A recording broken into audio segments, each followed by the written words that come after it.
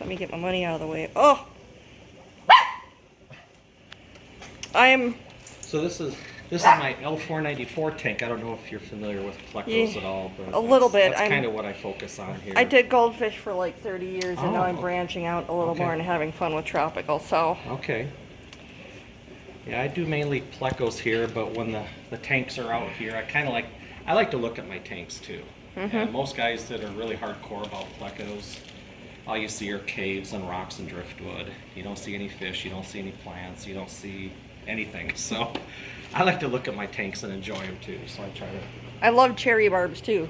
Oh, I accidentally got them to breed, actually, unintentionally. yeah, they spawn quite a bit. My brother's growing out a bunch. He's got a fish room about the same size. And nice thing about cherry barbs is they're colorful, active, and they're super cheap. So, I do keep some of the lights off in here. These are L333s down here. These are leopard frog plecos. This is the group that's been spawning for me. Is that a 75 or a 55? No, this is a 55. Oh, wow. Mine. Up here, I keep the lights off, but these are my zebra plecos up here. You know, Yeah. They're the little black and white ones that are terribly expensive. I don't know. Oh, yes. I talked to somebody who's going to bring some to they have a swap in Green Bay in Wisconsin, and he said for a guaranteed female, it's like $300 to $500. Oh yeah, you should. Well, guaranteed female should usually get $500. Yep. Yeah. The mine are still growing out, but I'm pretty sure I have both sexes up there. Then over here in that tank, those are my Queen Arabesque plecos. They're another little high pan citrus, similar to the, you can see one wedged in the rocks here. They're going to be going into a 40 breeder here pretty soon, but they're going through quarantine. I just added 4 more wild caughts to that group, but total of 8 up there. But they stay pretty small, like the zebra plecos, which is kind of nice. And that's what I focus on mainly, are the smaller plecos. I don't get into really big things. Okay, to take my money first. Oh, I have been looking for some of these, the cheapest that I found. oh, I know. Probably about 15, 16 bucks a piece, maybe online plus shipping. Wet Spot, $60 for 2 unsexed. Really? That's crazy. That's crazy. That's why I was like, take my money first. No, like Dave's Rare Tropicals, I think he sells them for 20 bucks a piece. Or no, he might sell them for 16. But then you're talking about $60 or $70 for UPS overnight shipping. Quality Aquatics, which is a pet store here locally, they sell them for $20 a piece. See, I've never seen them in there. Yeah, I only have a breeding trio in here now. The male, he got a little ornery with some of his females. This is the male right over here, and he's kind of holding tight. He's probably got a few fry down in this shell. You can see there's a fry out on the rock or gravel here. There's a female back there, and there's another female. She's down in a cage or a shell over here. Do you ever worry about, I know that, from what I've researched, that their pH is supposed to be a little higher. Do you worry about that, really? I just give them tap water because our tap water here is a high pH. It's usually, I just tested it though, actually, and it's a lot more than it normally is. Tested it around 7.6, and normally I don't know if the city's done something different with our water here, but normally our pH around here is like 8.2. It is extremely hard. Our TDS is 330 coming out of the tap, but it's got like a 20 GH and 20 plus KH here. It's liquid rock, but the pH was a little lower, which What I'm is not that? sure quite That what. gorgeous fluff. Oh, that's a subwasser tank. That's what I there. thought. Those are yellow Neocaridina shrimp up there. I tried to do summer tubs with my shrimp, and apparently they decided to migrate to other tubs, and when I cleared everything out, I had different colors and all my lines got contaminated, so Yeah. I've got to... They've been known to climb out of tanks and move. Yep. True story. All my shrimp are over here. I recently rescaped my L333 tank, the one that's infested with Malaysian trumpet snails, as you can see. I just rescaped that about 3 weeks ago, maybe a month ago. I found 2 large adult shrimp in there. Temp's been at 82 degrees, and the TDS is about 60 in that tank, because I use RO. Somehow shrimp made it from over here.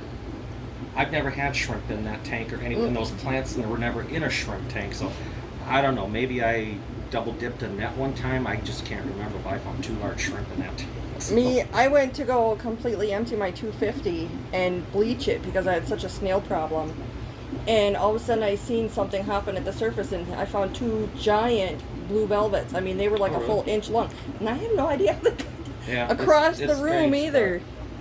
Yeah. Is that pearlweed? I'm just learning plants. I watch LRB. This is pearlweed. That's probably one of my favorite. I think it probably is my overall favorite plant, just because it's so versatile. I've been using that as floaters for years and years and years, and a lot of people like to plant it. Nice thing, it doesn't take any. You don't need CO2. It looks good. You can use it to carpet, and it'll grow like a carpet. You can keep it trimmed. It can grow like a stem plant, but you can also use it as a floater. I just took out like 2 times that amount and tossed it in the garbage can just a couple weeks ago. So, it just explodes to where it covers the whole canopy and just it doesn't. Kind of like guppy grass. Yeah. Not quite as bad as guppy grass. Doesn't grow quite that fast. So these are Bloody Marys in here. These are Bloody Mary shrimp. These are tangerine tiger shrimp up above, and then down here I do have blue dreams down there, but dark blue shrimp and dark substrate is not a good combination. It keeps them nice and dark. I'm not sure if I got a good line of blues or not because it pops out a lot of black ones, black and blue ones, blue ones. I get a lot of that variance. I don't work with the shrimp though. I have shrimp tanks because I like them. They're easy, and I only do like a 20% water change once a month. I feed them once every other day. They're easy, and sometimes they sell. But I don't cull them. I don't work with. I'm not trying to become a shrimp person. This is a pleco fishery. Down here, these are green laser cories. Oh wow! I have about 90 fry that are approaching 1 month old. How the heck do you get them? How do you gather them up? When they're that little, a lot of patience. A lot of time. So I only had 1 spawn out of this group. I just moved Queen Arabesque plecos, bushy nose plecos, and dwarf neon rainbow fish out of that tank, dropped the temperature, big water change, and they spawned within 2 days. It's my first spawn, and there were 120 eggs, but yeah, it was a lot of rolling eggs off leaves in there. Holy moly. All the eggs were on the bulbitis, and out of the 110 or so that I put in these breeder boxes, I have to have about 90 that hatched out. So it was a pretty good hatch rate. And that's my first time spawning that group, but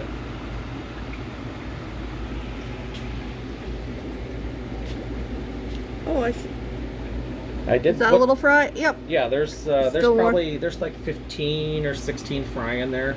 My adults don't eat the fry. A lot of people say that the ocellatus will eat them, and that is true. Mine haven't. I did have a sneaker male. I actually started out with 11 in this 40 breeder. That was quickly reduced down to 7 as they established territories and established dominance. The 4 weakest links, they were removed by the others. So they do have aggression and they do like territory. So then I ended up with 5 females, 1 breeding male, and then there was a sneaker male in here. The sneaker male drew all his attention all of the time. He didn't worry about the fry, didn't worry about the females. And the sneaker male did eat fry. He would get pinned up in the corners, and that's where he was allowed to stay. But he would duck down or dip down and he would grab a fry from time to time. And I've seen that one too many times. And someone was over buying some fry from me and had some larger fry at that time and asked him if he wanted the sneaker male for free. So I just wanted him out, and I did that. Big mistake, because now his aggression turned from that sneaker male to the other females. And that's when he took care of 3 of the other females. Aww. Which was really unfortunate. But live and learn, right? So if in this group that I gave you, you have I know there's a couple males in there. It's very female heavy because these are harem breeders. But if there is a sneaker male in there, just let them stay in the tank. Those are some gorgeous angels. Those are Philippine Blue Platinum Pearl Scale. Try saying that 3 times. I just got some, well, I'm not going to say anything too bad about Angel Mania, but I dropped like $300 on angels. Yeah, did you get koi? Or what did you pick up? They were supposed to be blue and they're all just plain black. Blues, Pinoys, Parabas, and they're just all plain. Yeah, I'm trying to think if that's the same angel. I think it is. You know what?